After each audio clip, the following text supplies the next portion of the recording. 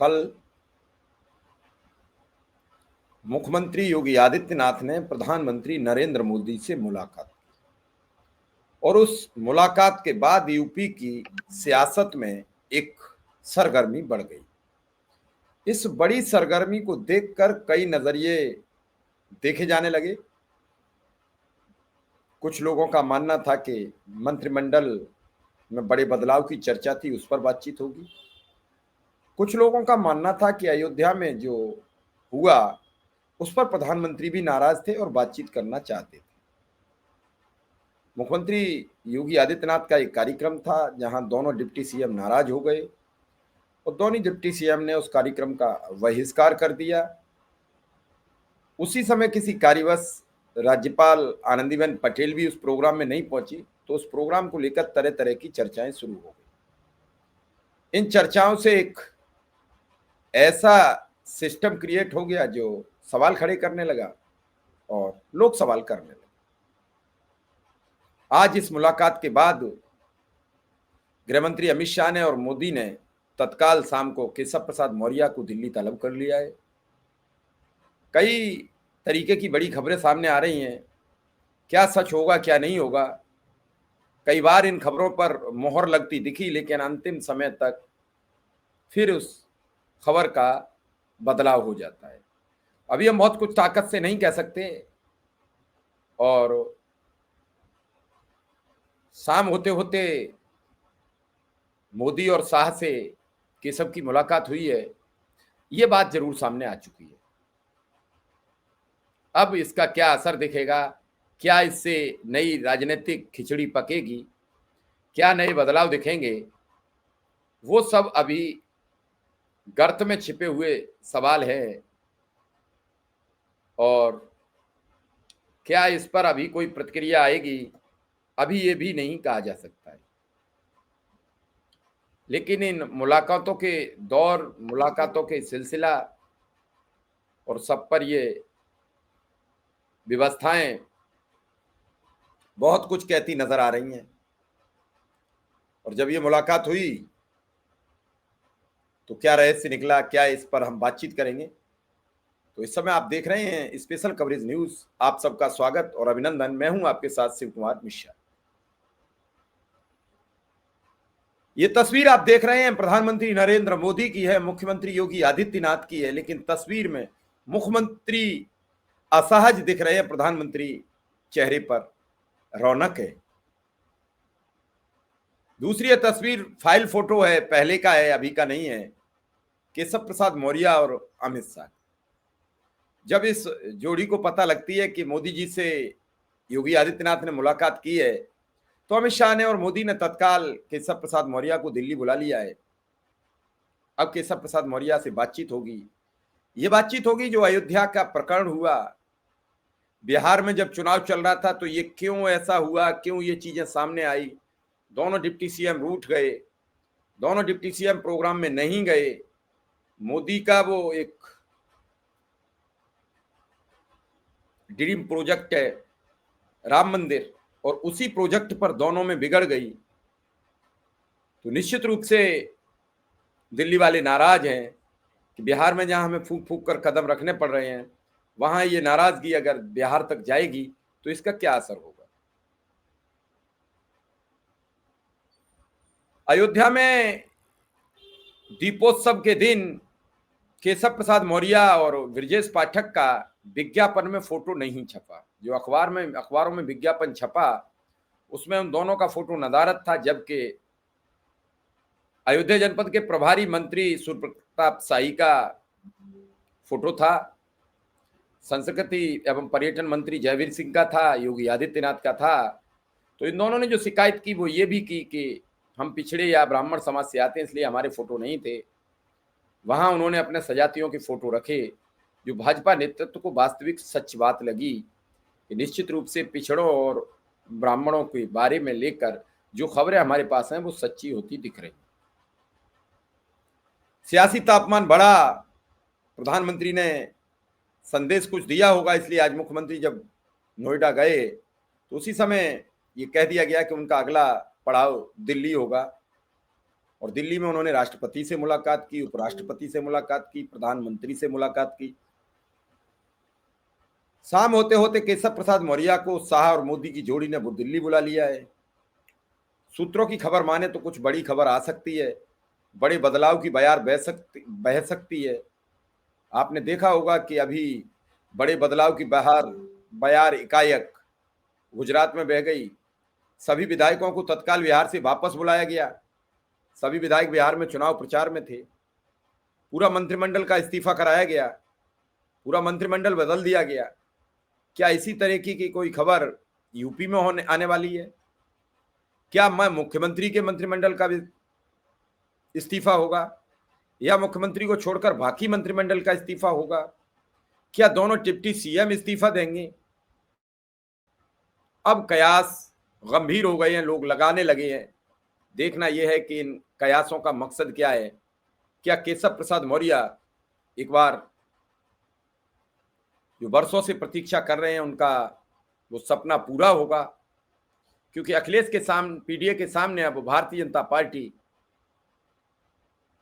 परेशान होती नजर आ रही है। क्योंकि जिस तरीके से तेजस्वी यादव ने बीजेपी और अमित शाह की वहां नाक में दम किया है, चुनाव में कुछ भी परिणाम आ जाए, इस बात की स्पेशल कवरेज न्यूज गारंटी नहीं लेता है, लेकिन फिलहाल वहां नाक में दम हो रखा है।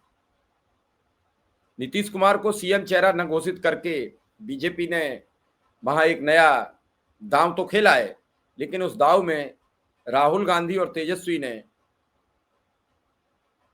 मिलकर जो खेल खेला उसमें वो फंस गए हैं।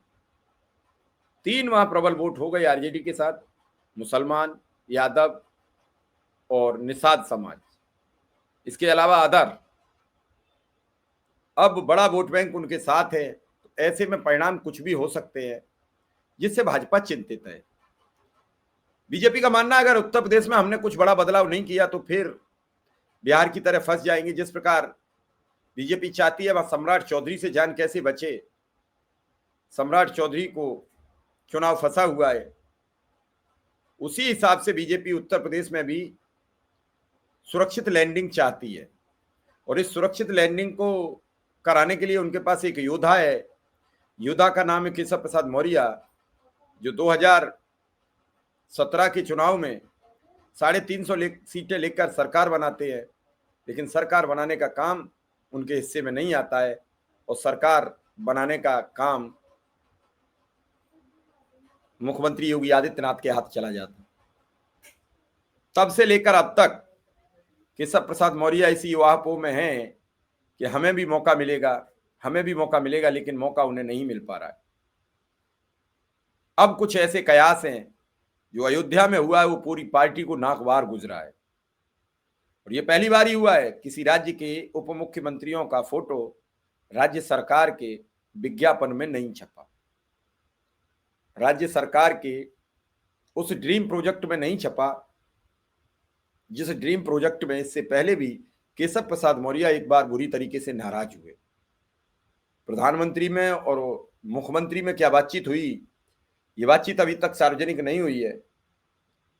कुछ लोगों का मानना है कि उन्होंने राष्ट्रपति महोदया को एक प्राइवेट अस्पताल के उद्घाटन के लिए आमंत्रित किया है, जो गाजियाबाद में खुलना है। तो क्या अब प्राइवेट अस्पतालों के उद्घाटन के लिए भी मुख्यमंत्री ही गेस्ट और अतिथि तय करेंगे? ये सवाल उठा है, लोगों ने पूछा है। मुख्यमंत्री जी जब नोएडा में जब एयरपोर्ट का विधिवत निरीक्षण कर रहे थे तो उस समय किसान भी अपने जोश पर थे।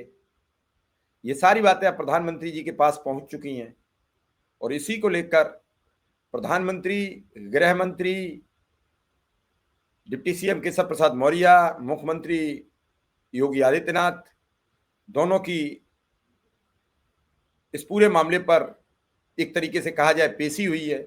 दोनों से बातचीत होगी, फिर देखा जाएगा किस पक्ष की कितनी गलती है।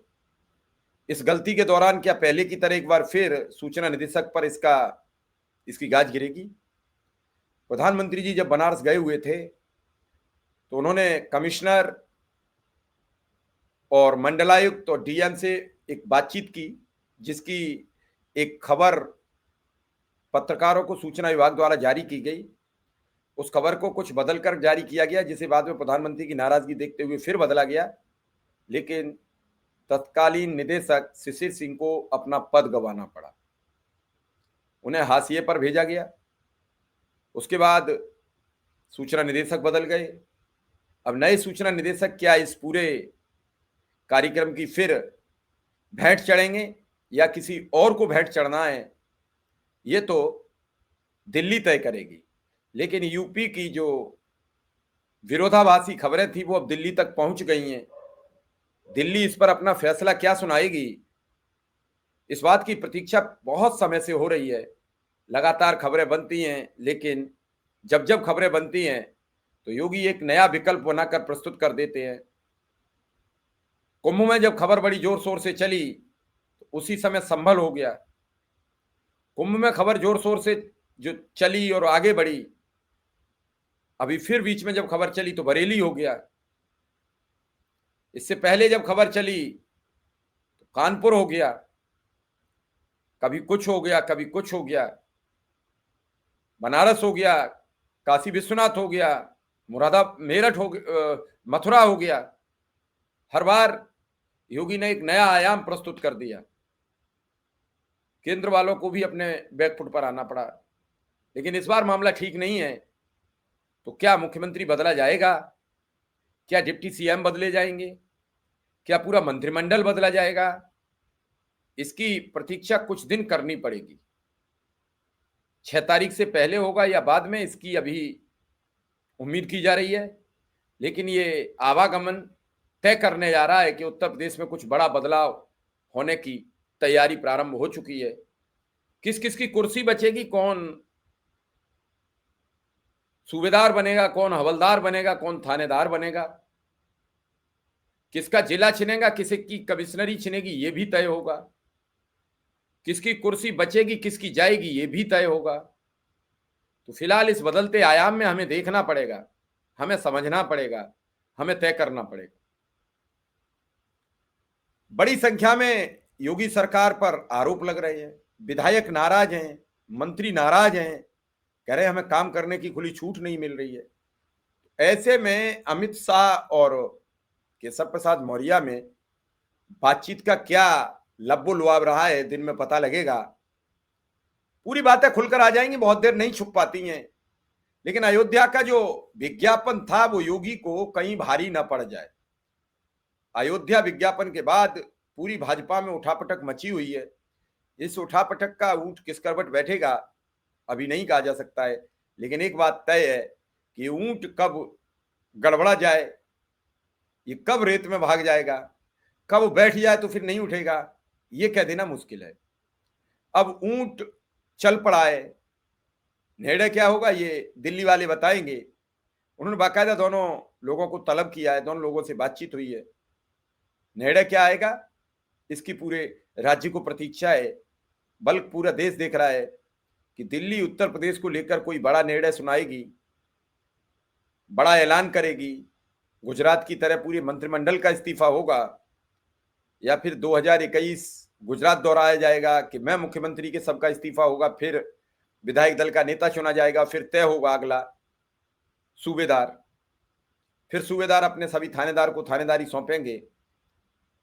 तो देखना है इसका कब तक पटाक्षेप होता है। फिलहाल इसी इंतजार में, इसी प्रतीक्षा में पूरा प्रदेश है। बदला जाएगा तो फिर सब सामने आएगा, नहीं बदला जाएगा तो भी सामने आएगा। लेकिन इस मुलाकात से पूरे प्रदेश में हड़कंप मचा हुआ है। ब्यूरोक्रेसी से लेकर मंत्रियों तक, मंत्रियों से लेकर मुख्यमंत्री तक, डिप्टी सीएम तक सभी हड़बड़ाए हुए हैं कि अगला कदम दिल्ली का होगा क्या। फिलहाल इस खबर में इतना ही। धन्यवाद, नमस्कार।